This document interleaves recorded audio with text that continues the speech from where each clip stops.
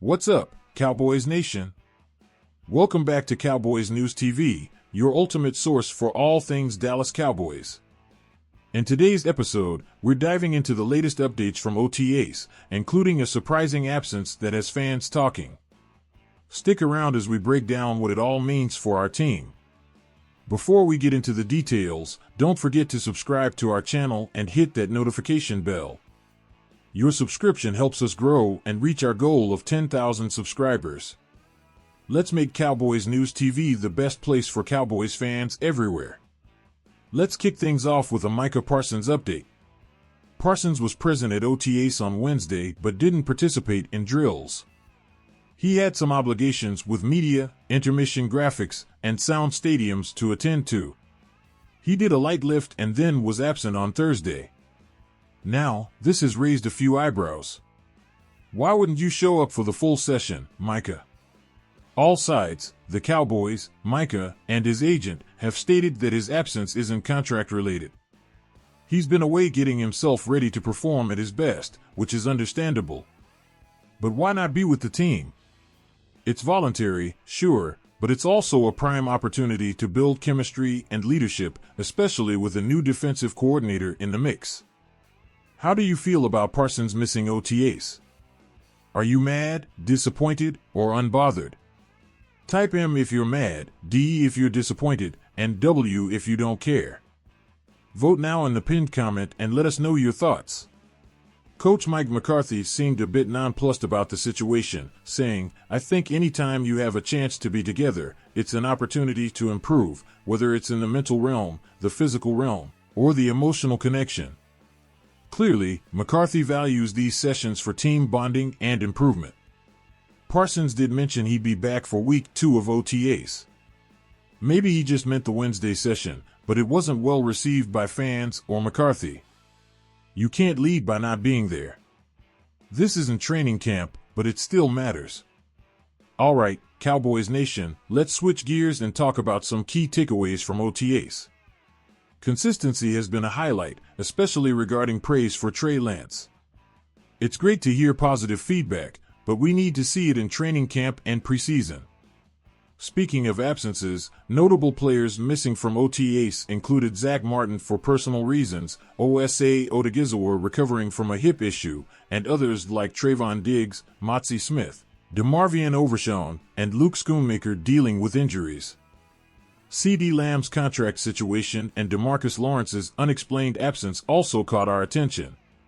In the running back rotation, Ezekiel Elliott and Rico Dowdle are getting most of the work with the first team. Hunter Luepke is playing a hybrid fullback role, while Malik Davis and Royce Freeman are also in the mix. It's clear that Zeke and Dowdle are currently the favorites to lead the backfield. On the offensive line, Tyler Smith and Matt Farniok remain with the second team. It's crucial for Smith to beat out Chuma Edoga for the starting left tackle spot. Starting Edoga in Week 1 would not be ideal for the Cowboys. Let's engage with you all again. Who do you think should start at left tackle, Tyler Smith or Chuma Edoga? Type TS for Tyler Smith and CE for Chuma Edoga. We'll discuss your votes in our next video. Before we jump in, don't forget to subscribe to our channel and hit that notification bell. Your support helps us bring you the best Cowboys content out there. Let's talk about CeeDee Lamb and his contract status. Lamb has been absent from OTAs, which isn't a huge surprise given he's looking for a new deal. Recent wide receiver contracts have set the market, but how much will they impact Lamb's negotiations? Todd Archer reported that if other receivers like Justin Jefferson get new deals, Lamb's price could go even higher. Talks with Lamb could start in earnest soon, aiming to finalize by training camp. Although he's skipped the offseason program, Lamb has still been working out with Dak Prescott, getting in multiple throwing sessions. Host, it's worth noting that while Lamb might be waiting for the right deal, it's in the Cowboys' best interest to act sooner rather than later. Delaying only increases the cost as the market continues to rise. What do you think, Cowboys Nation? Will a deal get done before training camp? Type B for before and a for after. Let us know in the comments. Let's look at the current highest-paid wide receivers: A.J. Brown at $32 million per year, Amon-Ra St. Brown at $30 million, Jalen Waddle at $28.25 million, and Cooper Kupp at $26.7 million. The market is booming, and Lamb will undoubtedly surpass these numbers, especially in guaranteed money. The big sticking point could be guaranteed money. Lamb might push to become one of the highest-paid non-QBs in terms of guaranteed money. If the Cowboys wait, they'll only end up paying more. Would you rather overpay now to save in the long run? Sound off in the comments. The next key date is June 4th, when mandatory minicamp begins. If Lamb doesn't show up, it becomes an official holdout, and he could be fined up to $100,000. But for Lamb, securing a massive contract would make that fine worth it. Prediction time. Will CeeDee Lamb report for mandatory minicamp? Type Y for yes and N for no. Let's see your predictions in the comments. Todd Archer also gave an update on Dak Prescott's contract situation.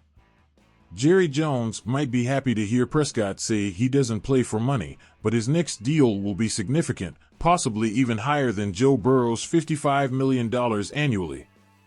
Meaningful talks haven't started yet, but getting something done before the season starts is crucial. Prescott could be looking at a deal that surpasses Jared Goff's $53 million per year. The NFL salary cap keeps increasing, making these contracts more expensive over time. Here's a quick look at inflation-adjusted QB salaries. Joe Burrow's deal adjusted to current cap levels would be around $62.49 million per year. Prescott's current deal would adjust to about $55.98 million per year. If you think Dak is your guy, you pay him whatever it takes. Otherwise, you should have considered trading him. What's the most you'd pay Dak Prescott per year? Drop your number in the comments below. Quick update: the Cowboys and Rams will scrimmage on August 8th during training camp before their preseason matchup. Stay tuned for more details as we get closer to the date. Starting with CeeDee Lamb again, one key aspect of his contract negotiations is the impact on the Cowboys' salary cap. As the cap continues to rise, strategic planning is crucial to maintain a competitive roster.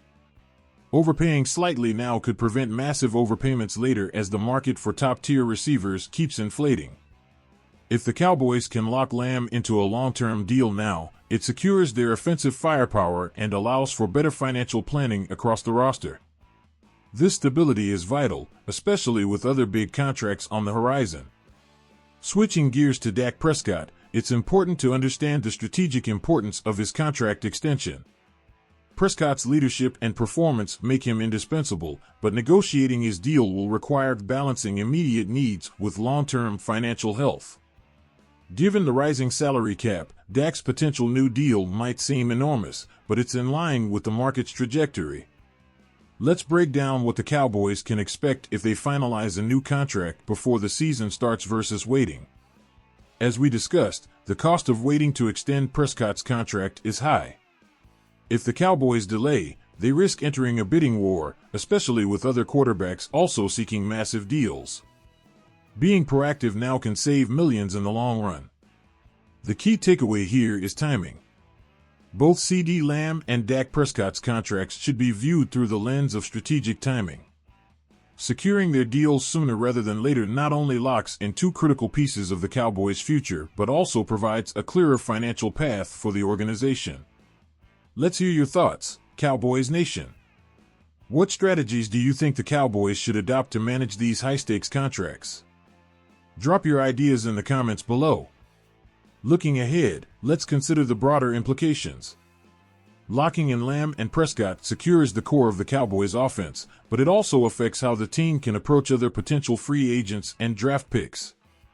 With a clear understanding of their financial commitments, the Cowboys can make more informed decisions on roster building. A well-managed salary cap ensures that the Cowboys remain competitive not just this season but for many seasons to come. This means making tough decisions now to secure long-term success. In other news, the Cowboys' upcoming scrimmage with the Rams on August 8th will be a crucial test before the preseason. This will be a great opportunity to see how the team gels and for coaches to make key evaluations. These scrimmages are vital for assessing depth and making adjustments before the season kicks off. Keep an eye on how new additions and returning players perform in this setting. And finally, let's discuss the impact of these contract negotiations on team morale. Having your star players secure long-term deals can boost team spirit and unity, creating a more focused and motivated squad heading into the season. The message is clear: investing in your key players not only strengthens the team on paper, but also builds a winning culture. It's about showing commitment to those who lead on and off the field. What do you think about the overall strategy for managing the Cowboys' salary cap and contracts? Are there specific players you believe should be prioritized next? Let us know in the comments section. That's all for today's extended update on Cowboys News TV. Thanks for tuning in. Remember to subscribe to our channel and hit that notification bell so you never miss an update. Share your thoughts on CeeDee Lamb and Dak Prescott's contract situations in the comments. Together, let's build the best community of Cowboys fans. Go Cowboys!